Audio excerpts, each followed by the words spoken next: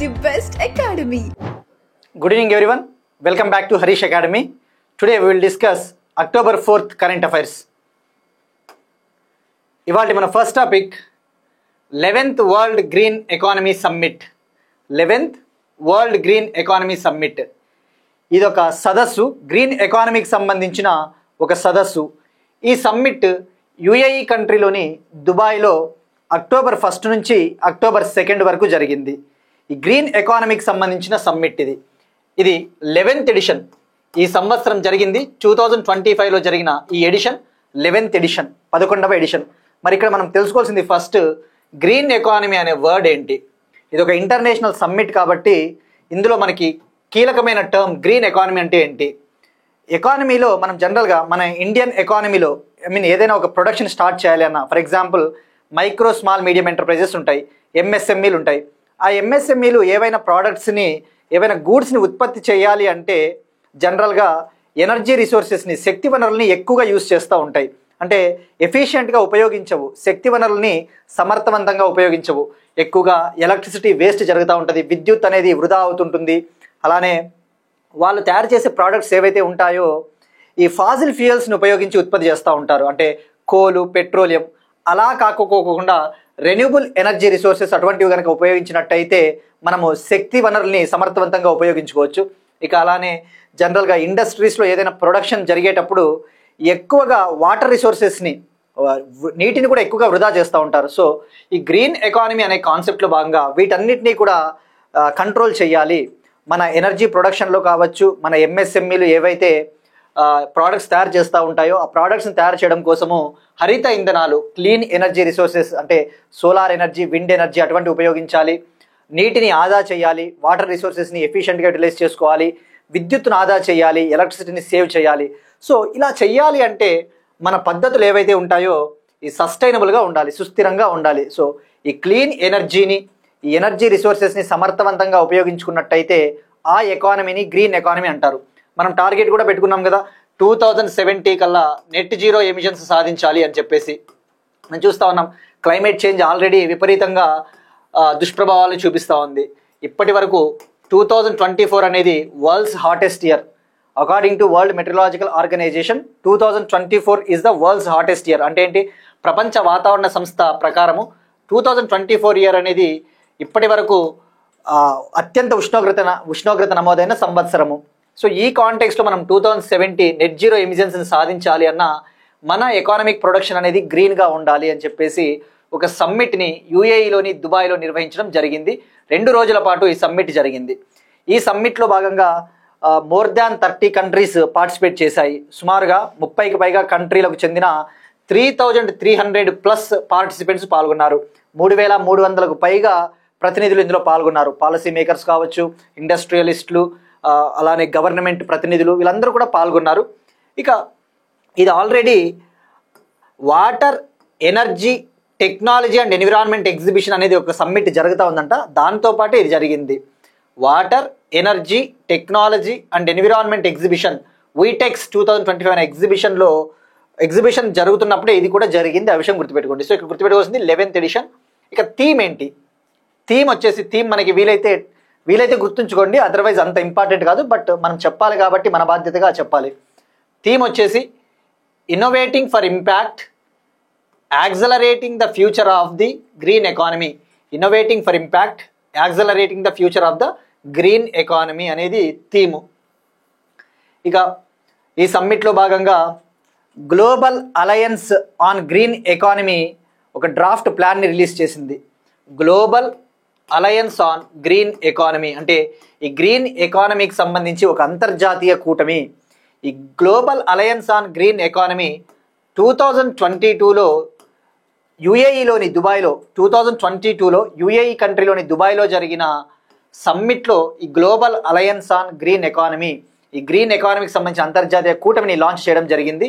ఇప్పటి వరకు ఇందులో 95 కంట్రీస్ జాయిన్ అయ్యాయట, 95 కంట్రీస్. సో ఇక్కడ గుర్తుపెట్టుకోవాల్సింది global alliance on green economy ఎవరి చొరవ, ఎవరి ఇనిషియేటివ్ అంటే ఇది యుఏఈ కంట్రీ మరియు వరల్డ్ గ్రీన్ ఎకానమీ ఆర్గనైజేషన్ మరియు యుఏఈ కలిసి ఏర్పాటు చేసిన కూటమి ఇది. ఇక ఈ 11వ వరల్డ్ గ్రీన్ ఎకానమీ సమ్మిట్లో ఈ అలయన్స్ ఏదైతే ఉందో global alliance on green economy ఒక డ్రాఫ్ట్ ప్లాన్ని, ఒక ప్రణాళికను కూడా రూపొందించిందట. So this is about 11th world green economy summit. Next one, state specific current affairs. Maharashtra government ఒక క్యాన్సర్ కేర్ పాలసీని తీసుకొని వచ్చింది. ఇప్పుడు చూస్తూ ఉండే క్యాన్సర్ కేసులు విపరీతంగా పెరుగుతూ ఉన్నాయి. సో ఆ క్యాన్సర్ కేసుల్ని కంట్రోల్ చేయడం కోసము సపరేట్గా మహారాష్ట్ర క్యాబినెట్ ఒక పాలసీకి ఆమోదం తెలిపింది. ఆ పాలసీ పేరు వచ్చేసి comprehensive cancer care policy. Comprehensive cancer care policy. మనం ఎగ్జామ్ పాయింట్ ఆఫ్ వ్యూలో తెలుసుకోవాల్సింది ఇందులో హైలైట్స్ ఏమున్నాయి, ఎందుకంటే ఎగ్జామ్లో స్టేట్స్ సంబంధించి ఆ పాలసీల్లో హైలైట్స్ కూడా తెలుసుకోవాలి. ఈ పాలసీ ప్రకారం మహారాష్ట్రలోని 18 హాస్పిటల్స్లో, అంటే 18 ప్రీమియర్ హాస్పిటల్స్లలో క్యాన్సర్ కేర్కి ట్రీట్మెంట్ ఇవ్వడం జరుగుతుంది. అది కూడా 3 దశల్లో ఇవ్వడం జరుగుతుంది. 3 tier cancer care treatment in 18 hospitals అని చెప్పవచ్చు. 3 దశల్లో ఇవ్వడం జరుగుతుంది. ఇక ఈ పాలసీలో భాగంగా ఒక ఫౌండేషన్ని ఏర్పాటు చేశారు. మహాకేర్ అనే ఒక ఫౌండేషన్. మహాకేర్ అంటే Maharashtra cancer care research and education foundation. Maharashtra cancer care research and education అనే ఒక ఫౌండేషన్ని ఏర్పాటు చేశారు. ఈ ఫౌండేషను ఈ క్యాన్సర్ కేర్ ట్రీట్మెంట్కి అవసరమైన విధి విధానాలను రూపొందిస్తుంది, అలానే అవసరమైన ఆర్థిక సహాయము అందిస్తుంది, గవర్నమెంట్ ఫండింగ్. దీన్ని 100 crore ఏర్పాటు చేశారు. ఈ మహాకేర్ ఫౌండేషన్ని 100 crore దీన్ని ఏర్పాటు చేయడం జరిగింది. సో ఇది మహారాష్ట్ర గవర్నమెంట్ ఆమోదం తెలిపిన కాంప్రిహెన్సివ్ క్యాన్సర్ కేర్ పాలసీ.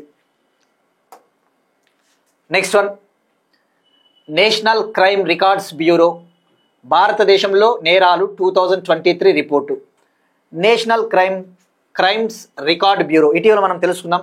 ఈ ఎన్సిఆర్బి అనేది మినిస్ట్రీ ఆఫ్ హోమ్ అఫైర్స్ కింద ఉండే ఒక ఆర్గనైజేషన్, ఒక ఏజెన్సీ.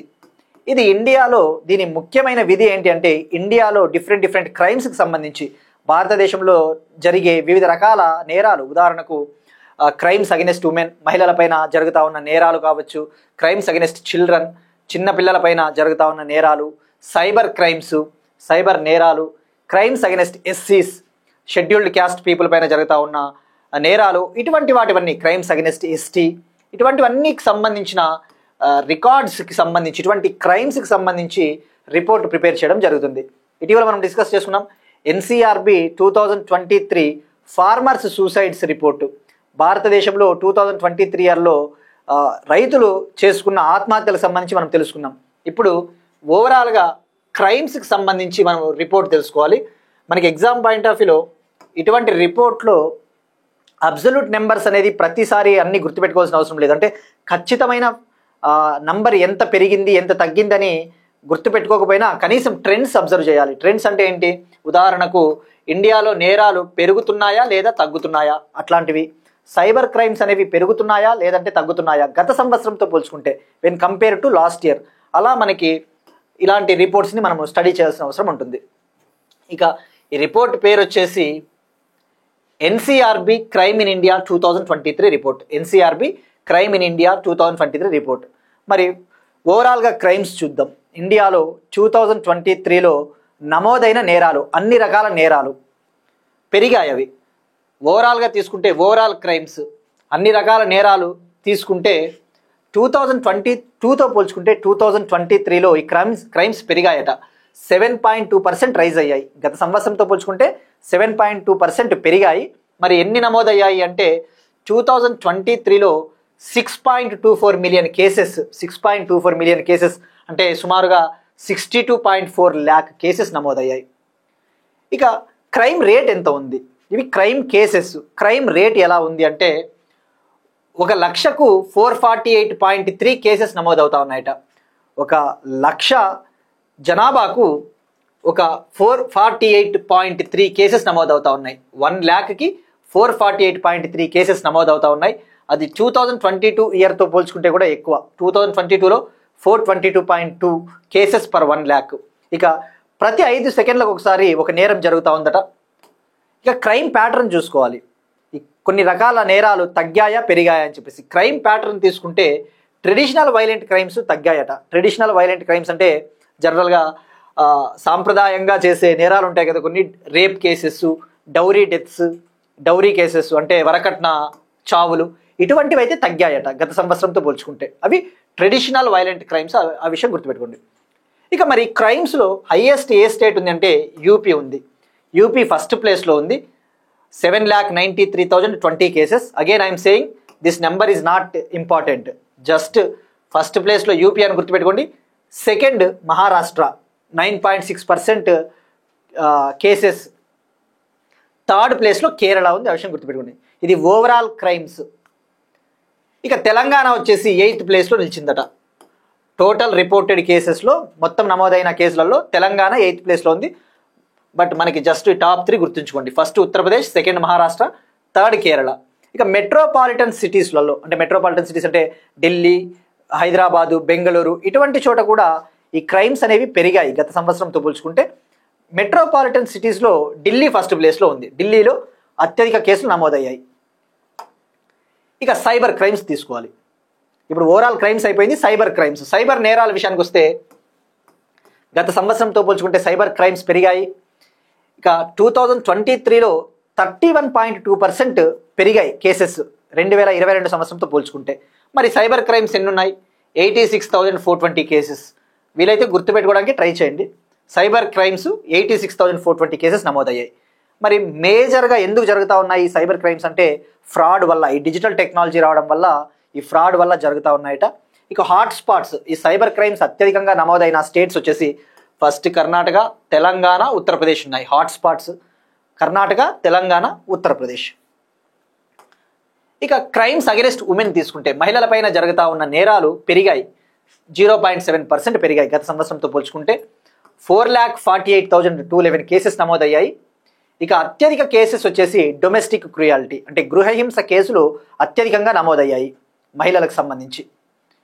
ఇక టాప్ స్టేట్స్ ఏ ఉన్నాయి ఈ మహిళలపైన జరుగుతూ ఉన్న నేరాల్లో? ఫస్ట్ ప్లేస్లో యూపీ, ఇది తప్పకుండా గుర్తుపెట్టుకోండి.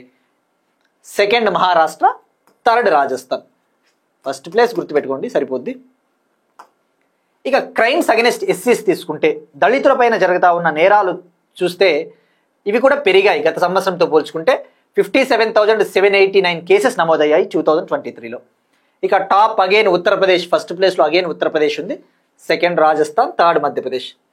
ఇక క్రైమ్స్ అగెనిస్ట్ ఎస్టీస్ తీసుకుంటే ఈ గిరిజనులపైన నమోదైన కేసులు తీసుకుంటే అత్యధికంగా క్రైమ్స్ ఇవి కూడా పెరిగాయి గత సంవత్సరంతో పోల్చుకుంటే. 28.8% పెరిగాయి. ఓవరాల్గా 12,960 కేసెస్ నమోదయ్యాయి. సో మనం ఇప్పుడు ఇట్లా ఈ రిపోర్ట్ నుంచి ఈ విధంగా ఒక పాయింట్ డ్రా చేయొచ్చు. ఏంటంటే ఎస్సీల పైన కేసెస్ ఎక్కువ నమోదయ్యాయి, ఎస్టీల పైన కేసులు తక్కువ నమోదయ్యాయి. ఒకవేళ స్టేట్మెంట్లో అట్లా అడిగాడనుకో 2023 ఎన్సీఆర్బి నివేదిక ప్రకారము ఎస్సీల కంటే ఎస్టీలపైనే కేసులు, ఎస్టీలపైనే ఎక్కువగా క్రైమ్స్ నమోదయ్యాయి అన్నాడు అనుకో, అది స్టేట్మెంట్ రాంగ్ అవుతుంది. సో అట్లా ట్రెండ్స్ గుర్తుపెట్టుకోండి. ఇక మరి అత్యధికంగా ఎస్టీల పైన క్రైమ్స్ ఏ స్టేట్లో నమోదయ్యాయంటే మణిపూర్. మనం చూస్తూనే ఉన్నాం, మణిపూర్ వివాదం 2023లో మొదలైంది. ఇక క్రైమ్స్ అగెనిస్ట్ చిల్డ్రన్ తీసుకుంటే ఈ చిన్నపిల్లలపైన ఎక్కువ నేరాలు పెరిగాయి, ఇవి కూడా 9.2% పెరిగాయి. 1,77,335 కేసెస్ నమోదయ్యాయి 2023లో. ఇక ఈ కేసెస్ ఎక్కువగా పోక్సో యాక్ట్ కింద నమోదయ్యాయి, protection of children from sexual offences act కింద నమోదయ్యాయి. దీన్ని బట్టి అర్థం చేసుకోవచ్చు పోక్సో యాక్ట్ అనేది సమర్థవంతంగా పనిచేస్తూ ఉందని చెప్పేసి చెప్పవచ్చు. Protection of childrens from sexual offences act. Next one Andhra Pradesh current affairs. ఒక స్కీమ్ వచ్చేసి ఆటో డ్రైవర్స్ సేవలో. స్కీమ్ పేరేంటి? ఆటో డ్రైవర్స్ సేవలో అనే ఒక పథకాన్ని ఆంధ్రప్రదేశ్ ప్రభుత్వము ఇవాళ లాంచ్ చేసింది. ఇది ఆటో డ్రైవర్స్కి అవసరమైన ఆర్థిక సహాయాన్ని to provide the financial assistance to auto drivers and cab drivers.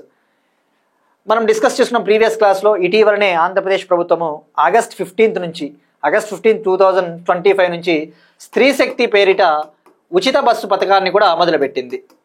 స్త్రీ శక్తి పేరిట free travel for women in RTC buses. ఈ స్త్రీ శక్తి పథకంలో భాగంగా ఆంధ్రప్రదేశ్లోని 5 రకాల బస్సులలో 5 కేటగిరీస్ ఆఫ్ బస్సెస్ గుర్తుపెట్టుకోండి. అన్ని కేటగిరీల బస్సుల్లో అలౌ చేయరు. ఉదాహరణకు సూపర్ లగ్జరీ బస్సులు, ఏసీ బస్సులు, అంతర్రాష్ట్ర సర్వీసులు అంటే ఆంధ్ర నుంచి కర్ణాటకకు వెళ్ళే బస్సులు, అటువంటి బస్సుల్లో కావచ్చు, సప్తగిరి ఎక్స్ప్రెస్లు, అలానే తిరుమల తిరుపతి మధ్యలో నడిచే సప్తగిరి బస్సుల్లో, ఈ సప్తగిరి ఎక్స్ప్రెస్లలో ఇటువంటి బస్సులలో ఫ్రీ ట్రావెల్ లేదు, ఉచిత రవాణా, ఉచిత ప్రయాణం లేదు. కేవలం 5 రకాలు, ఉదాహరణకు పల్లె వెలుగు, అల్ట్రా పల్లె వెలుగు, అటువంటి బస్సుల్లో మనం ఆల్రెడీ ప్రీవియస్ క్లాస్లో డిస్కస్ చేసుకున్నాం August 15th. అవి చూడని వాళ్ళు ఎవరుంటే చూడండి. సో ఇప్పుడు ఈ స్త్రీ శక్తి పథకం లాంచ్ చేయడం వల్ల ఆటో డ్రైవర్స్ మేము నష్టపోతా ఉన్నామని చెప్పేసి వీళ్ళకి ఒక ఉచిత పథకాన్ని ఆంధ్రప్రదేశ్ ప్రభుత్వం మొదలుపెట్టిందని చెప్పవచ్చు. ఇప్పుడు ఈ ఆటో డ్రైవర్స్ సేవలో భాగంగా సంవత్సరానికి 15,000 రూపీస్ ఆటో మరియు క్యాబ్ డ్రైవర్స్కి ఆంధ్రప్రదేశ్ ప్రభుత్వం ఇవ్వబోతా ఉందట. సంవత్సరానికి 1 ఇయర్కి 15,000. దీనివల్ల 2,90,669 బెనిఫిషరీస్ లబ్ధి పొందబోతా ఉన్నారట. 2,90,669 మందికి లబ్ధి చేకూరబోతా ఉంది. వాళ్ళ అకౌంట్లలో ఆంధ్రప్రదేశ్ ప్రభుత్వము 436 crores అమౌంట్ ఇవాళ వేసింది, 436 crore రూపీస్. సో గత ప్రభుత్వము 10K ఇచ్చేది, ఇప్పుడు వీళ్ళు 15K రైస్ చేశారనమాట.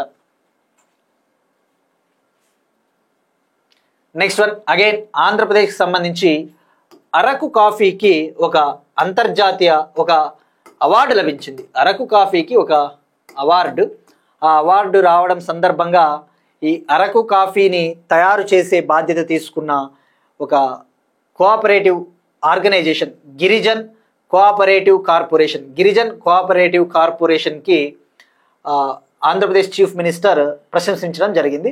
సో మనకి ఎగ్జామ్ పాయింట్ ఆఫ్ వ్యూలో అరకు కాఫీకి వచ్చిన అవార్డు ఏంటి? అరకు, ఇది విశాఖపట్నం ఆ పరిసర ప్రాంతాల్లో కాఫీ పండుతుంది. ఇది GI ట్యాగ్ ఉన్న కాఫీ, అంటే దీనికి భౌగోళిక గుర్తింపు ఉంది అరకు కాఫీకి, అంత విశిష్టమైనది బికాస్ ఆఫ్ ఇట్స్ టేస్ట్. ఇప్పుడు ఈ అరకు కాఫీకి ఇటీవల న్యూఢిల్లీలో business line change maker award లభించిందట. బిజినెస్ లైన్ అనేది యాక్చువల్లీ హిందూ పేపర్ వాళ్ళకి సంబంధించిన పేపరే. Business line change maker award Araku కాఫీకి లభించింది. ఫినాన్షియల్ ట్రాన్స్ఫర్మేషన్ కేటగిరీలో ఈ అవార్డు లభించింది. ఫైనాన్షియల్ ట్రాన్స్ఫర్మేషన్ అంటే ఏంటి? ఈ అరకు కాఫీని పండించి ఉత్పత్తి చేయడం ద్వారా ప్రజల జీవితాలు, ముఖ్యంగా అక్కడ సెల్ఫ్ హెల్ప్ గ్రూప్స్ ఎవరైతే ఉంటారో స్వయం సహాయక సంఘాల మహిళల జీవితాలు మెరుగుపడతా ఉన్నాయని చెప్పేసి ఆ ఫైనాన్షియల్ ట్రాన్స్ఫర్మేషన్ ఆ కేటగిరీలో ఈ అవార్డు రావడం జరిగింది. సో ఇక్కడ మనం తెలుసుకోవాల్సింది, ఈ అరకు కాఫీని ప్రొడ్యూస్ చేసి ఉత్పత్తి చేసి దాన్ని ఎక్స్పోర్ట్ చేసే బాధ్యత ఒక ఆర్గనైజేషన్ గిరిజన్ కోఆపరేటివ్ కార్పొరేషన్, ఒక కైండ్ ఆఫ్ ప్రైవేట్ కంపెనీ అని చెప్పవచ్చు. మరి ఇది ట్రైబల్ డెవలప్మెంట్కి సంబంధించి అని చెప్పవచ్చు. ఆంధ్రప్రదేశ్ రాష్ట్రంలో గిరిజనుల అభివృద్ధికి తీసుకున్న చర్యలు అని చెప్పవచ్చు. మరి ఇటీవల మనకి సందర్భం వచ్చింది కాబట్టి, కాంటెక్స్ట్ వచ్చింది కాబట్టి, ఏపీ గవర్నమెంట్ ఇటీవల ట్రైబల్ డెవలప్మెంట్ కోసము, గిరిజనుల అభివృద్ధి కోసం తీసుకున్న ఇనిషియేటివ్స్, చర్యలు ఏంటివి? గత నెలలో కొన్ని MOUలు కుదుర్చుకునింది ఏపీ గవర్నమెంటు. ఈ ట్రైబల్ డెవలప్మెంట్ కోసము, గిరిజనుల అభివృద్ధి కోసం 21 MOUsని వివిధ రకాల సంస్థలతో కుదుర్చుకునింది. 21 ఒప్పందాలను కుదుర్చుకునింది. అందులో ఒకటి ముఖ్యమైన ఒప్పందము, ఈ Girijan cooperative corporation Tata consumers limited అనే కంపెనీతో, టాటా కన్జ్యూమర్స్ లిమిటెడ్ అనే ఒక కంపెనీతో ఒక ఒప్పందం కుదుర్చుకునింది, MOU. ఆ MOUలో భాగంగా వీళ్ళు ఏం చేస్తారంటే, టాటా కన్జ్యూమర్స్ లిమిటెడ్ కంపెనీ ఈ అరకు కాఫీని విదేశాలకు ఎక్స్పోర్ట్ చేసే బాధ్యతను తీసుకుంటారు. అంటే బ్రాండింగ్ ఆపర్చునిటీస్, అంతర్జాతీయంగా గుర్తింపు వచ్చేలాగా చేస్తారు. సో మనకి MOUs చాలా ఇంపార్టెంట్. రీజనల్ ఎగ్జామ్స్లో స్టేట్మెంట్స్ ఇస్తాడు, ఇటీవల GCC ఎవరితో ఒప్పందం కుదుర్చుకునిందని. ఇక అలానే ట్రైబల్ డెవలప్మెంట్ కోసము ఆంధ్రప్రదేశ్ ప్రభుత్వము ఒక ఒప్పందం కుదుర్చుకుంది. Central rubber board ITDA Rampachodavaram పరిధిలో, ఇది ITDA అంటే ఇంటిగ్రేటెడ్ ట్రైబల్ డెవలప్మెంట్ ఏజెన్సీ, సమీకృత గిరిజన అభివృద్ధి ప్రాంతం అంటారు కదా, అంటే ITDAలు అంటే గిరిజన ప్రాంతాలు. ఈ ITDA రంపచోడవరంతో సెంట్రల్ రబ్బర్ బోర్డు ఒక ఒప్పందం కుదుర్చుకునింది. ఆ MOUలో భాగంగా ఆంధ్రప్రదేశ్లో రబ్బర్ కల్టివేషన్ని, ఈ రంపచోడవరం ప్రాంతంలో రబ్బర్ పంటను పెంపొందించాలి అని చెప్పేసి అదొక MOU. సో ఇది తప్పకుండా ఇది గుర్తుపెట్టుకోండి ఎవరితో ఒప్పందం కుదుర్చుకున్నారని. ఇక అలానే మెప్మా, ఆంధ్రప్రదేశ్లోని మెప్మా ఏ విధంగా ఉందో అంటే, ఈ మున్సిపల్ ప్రాంతాల్లో పేదరికాన్ని నిర్మూలించడానికి MEPMA, mission for elimination of poverty in municipal areas, ఆంధ్రప్రదేశ్లోని వివిధ ప్రాంతాలలో అరకు కాఫీ కియోస్క్స్ని ఏర్పాటు చేయబోతా ఉందట. Araku coffee kiosks. అంటే కియోస్క్స్ అంటే సెంటర్లు, అరకు కాఫీని అమ్మడానికి కొన్ని కేంద్రాలు.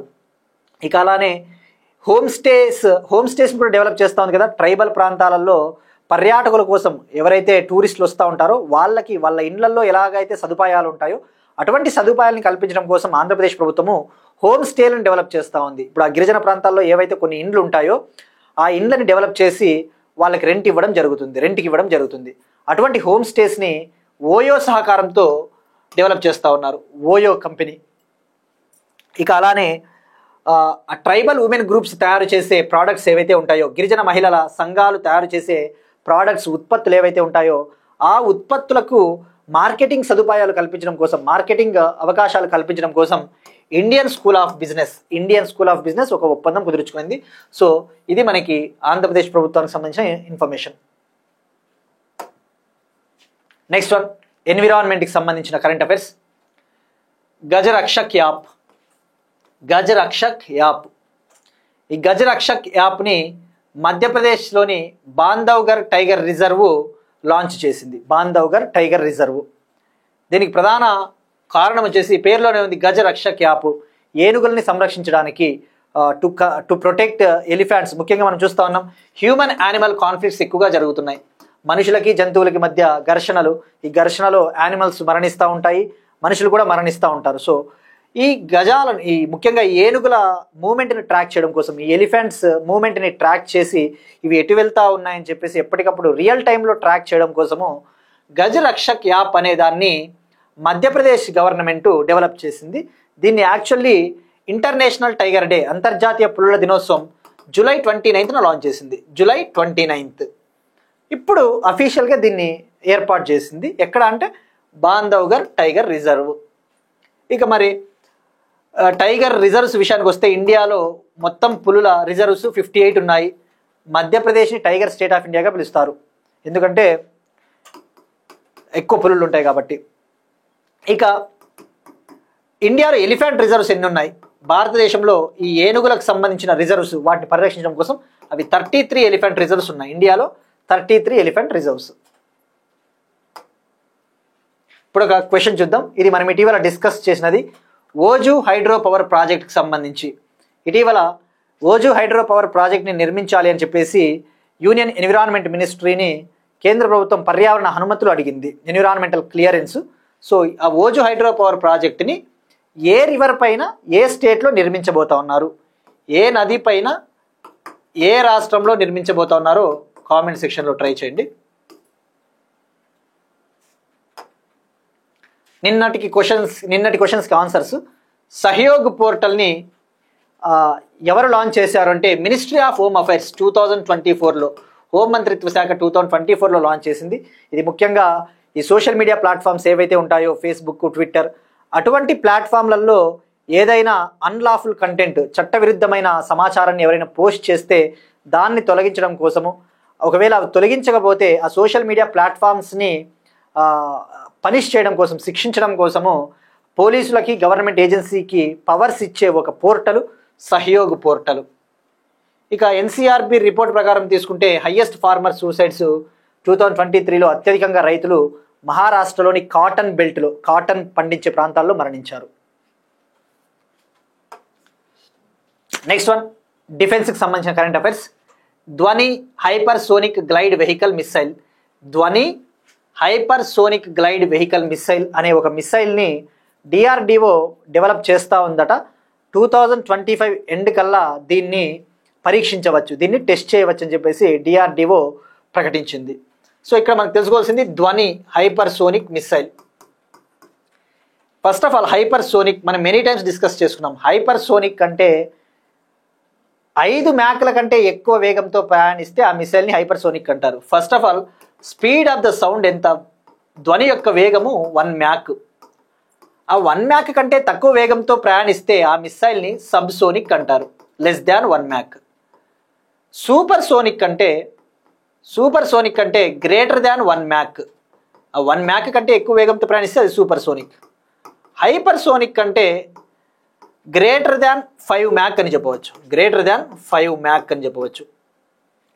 మరి ఇప్పుడు హైపర్సోనిక్ గ్రేటర్ దాన్ 5 మ్యాక్ అంటే ఈ ధ్వని హైపర్సోనిక్ మిసైల్ కూడా గ్రేటర్ దాన్ 5 మ్యాక్తోనే ప్రయాణిస్తుందని చెప్పేసి మనకు అర్థమవుతుంది.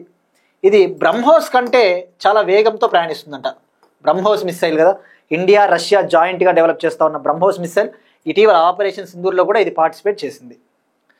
మరి బ్రహ్మోస్ మిసైల్ వేగం ఎంత, స్పీడు, దీని వేగము around 2.8 to 3 Mach. More than speed of the సౌండే, but it is less than speed of ధ్వని. సో ఇప్పుడు ఈ ధ్వనిని డెవలప్ చేస్తూ ఉన్నారు. మరి ఇక్కడ హైపర్సోనిక్ అనే వర్డ్ మనకి క్లారిటీ వచ్చింది. గ్లైడ్ ఏంటి, గ్లైడ్ వెహికల్. మనకి హైపర్సోనిక్ మిసైల్స్ గురించి డిస్కస్ చేసుకున్నాం. హైపర్సోనిక్ మిసైల్స్ అనేవి ఈ తక్కువ ఆల్టిట్యూడ్లో ప్రయాణిస్తాయి. ఇవి శత్రు దేశాల రాడార్లకు కూడా చిక్కవు. It's not possible to detect for even foreign countries radar technology. మరి ఈ క్రూయిజ్ మిసైల్స్ని జనరల్గా ఇవి లాంచ్ చేస్తాం. మనం ఇటీవలనే మనం డిస్కస్ చేసుకున్నాం క్రూయిజ్ మిసైల్స్ గురించి. ఇప్పుడు ఈ క్రూయిజ్ మిసైల్ని లాంచ్ చేస్తే ఇది ఎలా ప్రయాణిస్తుందంటే బేస్డ్ ఆన్ ఇంజన్. అది లాంచ్ చేసినంతసేపు అందులో యూస్ చేసే ఇంజన్ పవర్ ఆధారంగానే అది ట్రావెల్ చేస్తుంది. ఫర్ ఎగ్జాంపుల్ స్క్రామ్జెట్ ఇంజన్ ఉపయోగిస్తారు.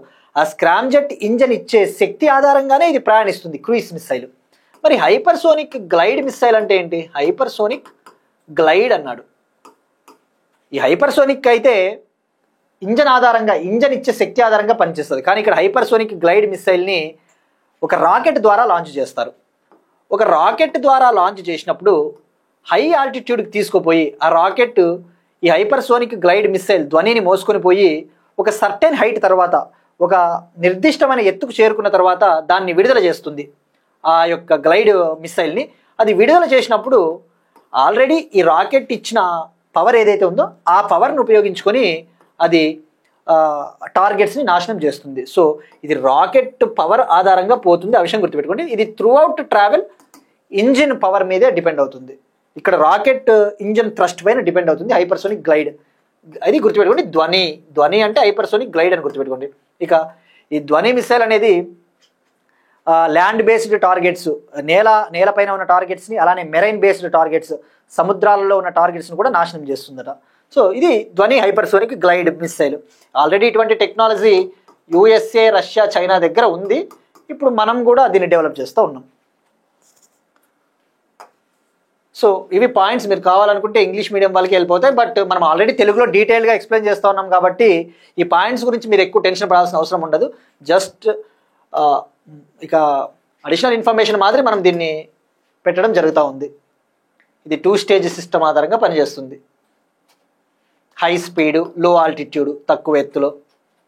ఇంకొక ఫీచర్ ఏంటంటే ఈ ధ్వని మిసైల్కి దీన్ని లాంచ్ చేసిన తర్వాత వేగంతో పాటు దిశను కూడా మార్చుకునే టెక్నాలజీ ఉంటుందంట. అంటే అది ట్రావెల్ చేసేటప్పుడు ఆ స్పీడ్తో పాటు అవసరానికి తగ్గట్టుగా తన డైరెక్షన్ కూడా చేంజ్ చేసుకుంటుంది ఈ హైపర్సోనిక్ గ్లైడ్ మిసైల్. సో హెచ్జివి అంటే hypersonic glide vehicle. Next one, space టెక్నాలజీకి సంబంధించిన కరెంట్ అఫైర్స్. ఐమ్యాప్ మిషన్ నాసా, అమెరికాకు చెందిన నాసా ఐమ్యాప్ అనే ఒక మిషన్ని లాంచ్ చేసింది.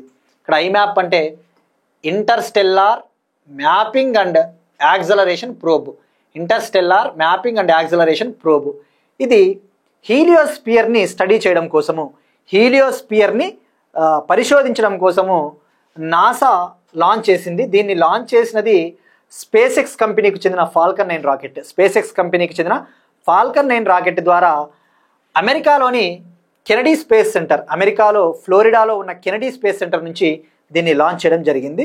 దీని ముఖ్య ఉద్దేశము హీలియోస్పియర్ని స్టడీ చేయడము. అసలు ఏంటి హీలియోస్పియర్? మనం ఆల్రెడీ ప్రీవియస్ క్లాస్లో డిస్కస్ చేసుకున్నాం.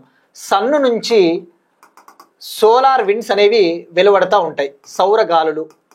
ఈ సౌరగాలులు అనేవి charged particles, high energy charged particles అని చెప్పవచ్చు. ఈ సూర్యుడి నుంచి విడుదలయ్యే ఈ సోలార్ పార్టికల్స్ ఏవైతే ఉంటాయో సౌరగాలులు, ఇవి చాలా ఎనర్జీ కలిగి ఉన్న పార్టికల్స్. సో ఈ ఎనర్జీ, ఇంత హై ఎనర్జీ ఉన్న పార్టికల్స్ ఎప్పుడైతే ఎర్త్ అట్మాస్ఫియర్ని డైరెక్ట్గా రీచ్ అయినాయనుకోండి, అవి ముఖ్యంగా ఎర్త్ అట్మాస్ఫియర్లో ఉన్న ముఖ్యంగా మన స్పేస్ అసెట్స్ ఏమైతే ఉంటాయి, మన స్పేస్కి సంబంధించిన ఆస్తులు ఉంటాయి కదా, శాటిలైట్స్, అటువంటి వాటికి ఈ సౌరగాలులు చాలా నెగిటివ్గా ఎఫెక్ట్ చేస్తాయి, నెగిటివ్గా డ్యామేజ్ చేస్తాయి. సో మన అట్మాస్ఫియర్ని రక్షించడం కోసం మన సోలార్ సిస్టంలో, మన సౌర కుటుంబంలో హీలియోస్ఫియర్ అనే ఒక ప్రొటెక్టివ్ లేయర్ ఉంటుంది, ఒక రక్షణ లేయరు. ఆ సూర్యుడి నుంచి వెలువడే ఈ సౌరగాలుల నుంచి మన ఎర్త్ అట్మాస్ఫియర్ని కాపాడడానికి హీలియోస్ఫియర్ అనేది ఒకటి ఉంటుంది, హీలియోస్ఫియర్. సో ఇక్కడ మీరు అబ్జర్వ్ చేస్తే ఇది హీలియోస్ఫియర్.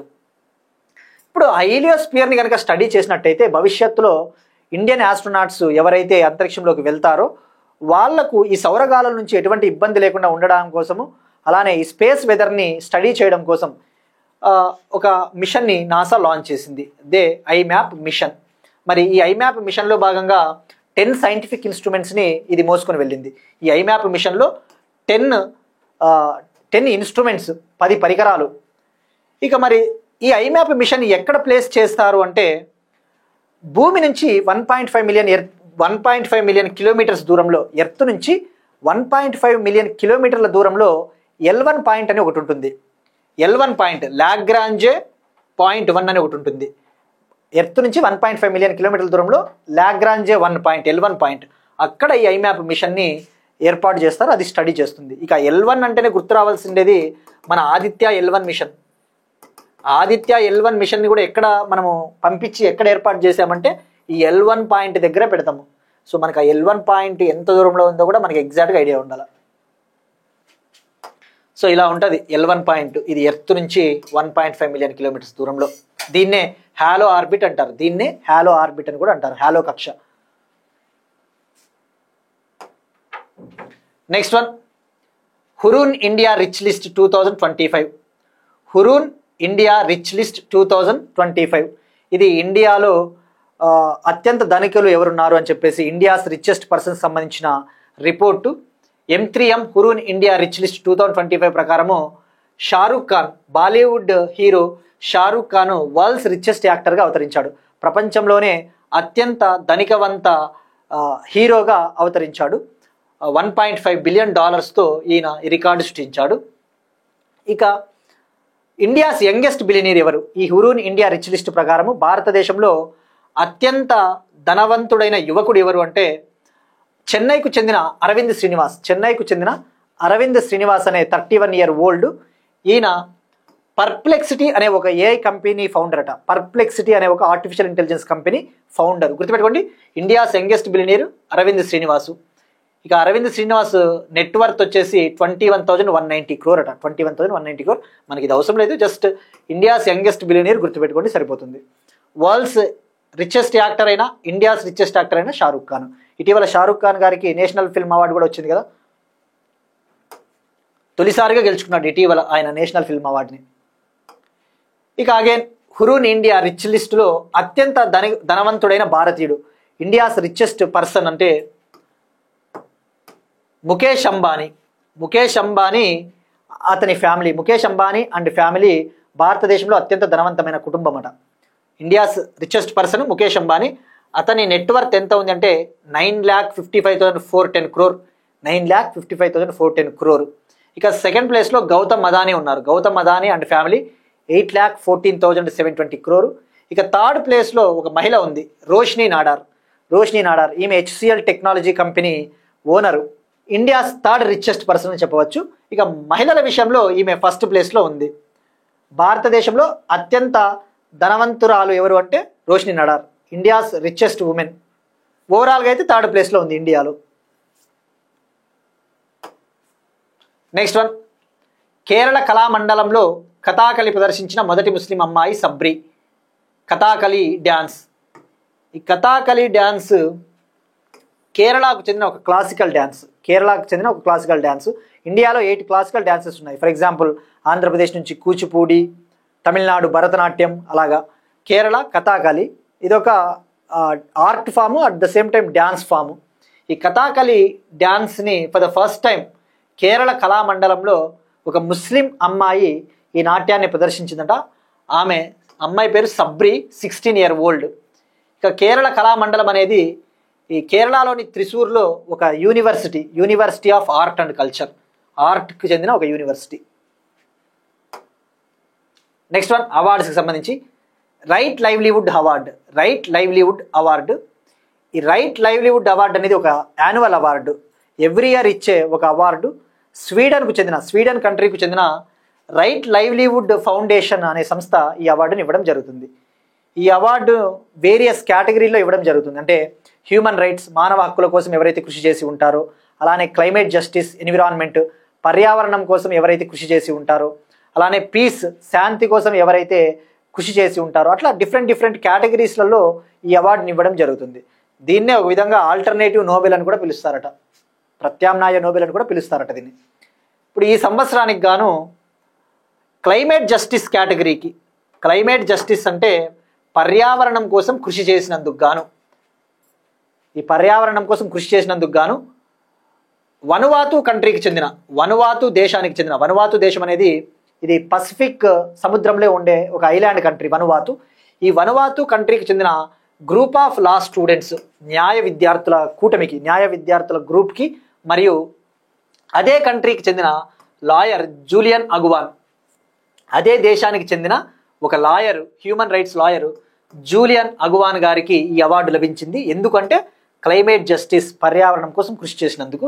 మరి ఆ గ్రూప్ ఏది అంటే ఆ వనువాతు కంట్రీకి చెందిన లా స్టూడెంట్స్ గ్రూప్ వచ్చేసి Pacific islands students fighting climate change, Pacific islands students fighting climate change అనే గ్రూపు.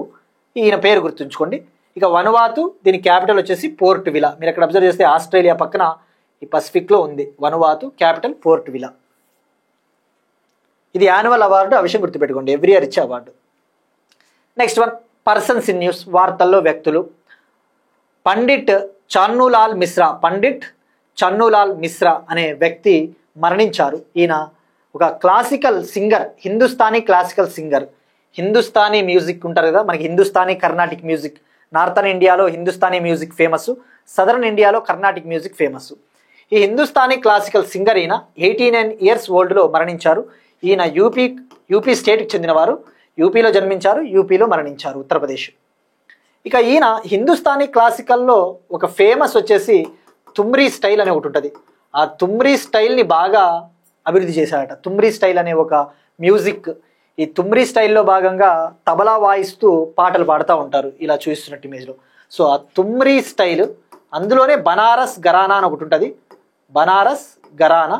ఆ బనారస్ ఘరానా అనే స్టైల్ని బాగా అభివృద్ధి చేశాడట ఈయన. సో గుర్తుపెట్టుకోవాల్సింది Hindustani classical singer.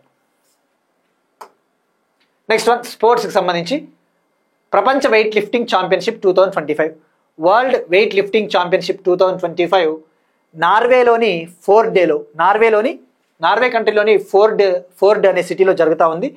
October 2nd మొదలైంది, October 11th వరకు. ఇక ఇప్పుడు ఈ వరల్డ్ వెయిట్ లిఫ్టింగ్ ఛాంపియన్షిప్ 2025లో మణిపూర్కు చెందిన Indian weightlifter Mirabai Chanu silver medal గెలుపొందింది, రజత పథకాన్ని గెలుపొందింది. ఈమెకి ఇది వరల్డ్ వెయిట్ లిఫ్టింగ్ ఛాంపియన్షిప్స్ విభాగంలో, ఈ ప్రపంచ వెయిట్ లిఫ్టింగ్ ఛాంపియన్షిప్ పోటీలలో ఈమెకి ఇది 3rd మెడల్, 3వ పథకం. గతంలో ఈమె 2017 వరల్డ్ వెయిట్ లిఫ్టింగ్ ఛాంపియన్షిప్లో గోల్డ్ మెడల్ గెలుపొందిందట.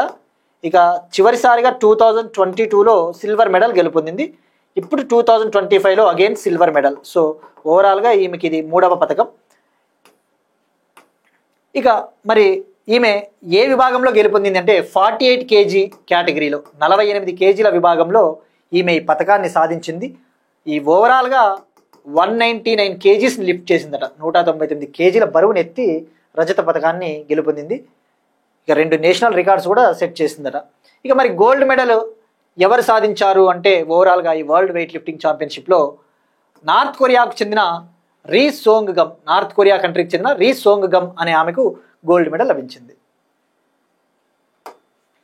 ఇవి ఇవాల్టి కరెంట్ అఫైర్స్. మనం ఒకసారి క్విక్గా రీక్యాప్ చేద్దాం.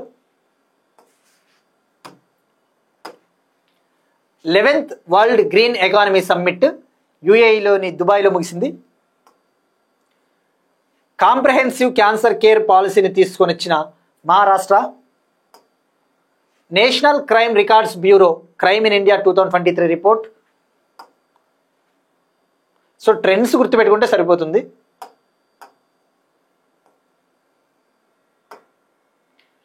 ఆటో డ్రైవర్స్ సేవలో పథకాన్ని లాంచ్ చేసిన ఆంధ్రప్రదేశ్ ప్రభుత్వం. అరకు కాఫీకి business line change maker award.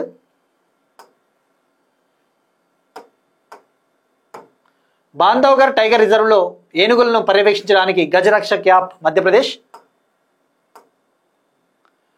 ధ్వని హైపర్సోనిక్ గ్లైడ్ వెహికల్ మిసైల్ని డెవలప్ చేస్తా ఉన్న ఇండియా.